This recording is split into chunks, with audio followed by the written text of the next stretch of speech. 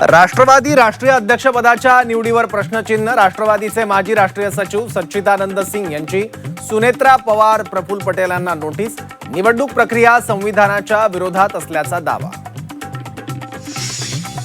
उद्धव ठाकरेंना पुन्हा धक्का बसणार। ऑपरेशन टायगर 3 वर थांबणार नाही, ऑपरेशन सुरूच राहणार। उदय सामंत यांचा मोठा दावा।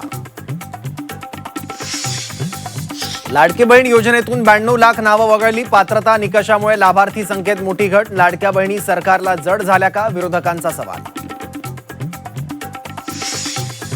मुंबईच्या उपमहापौरांना आवाज। सरकारी बंगला। संजय घाडी यांचं आयुक्तांना पत्र। वाहतूक व्यवस्थेवर घाडींना भरोसा नाही का, विरोधकांचा सवाल।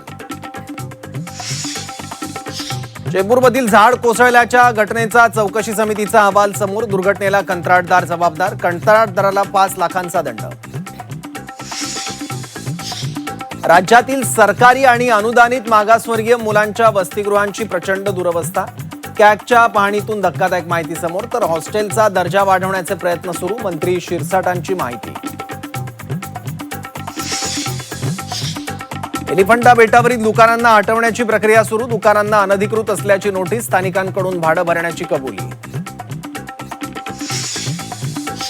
संत ज्ञानेश्वर पालखीचा मुक्काम आज मल्हारी मार्तंडाच्या जेजुरी गडावर।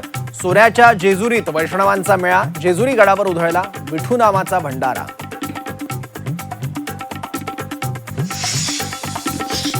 जगद्गुरु तुकोबांची पालखी वरवणमध्ये मुक्कामी। विठू नामाच्या जयघोषानं परिसर दुमदुमला।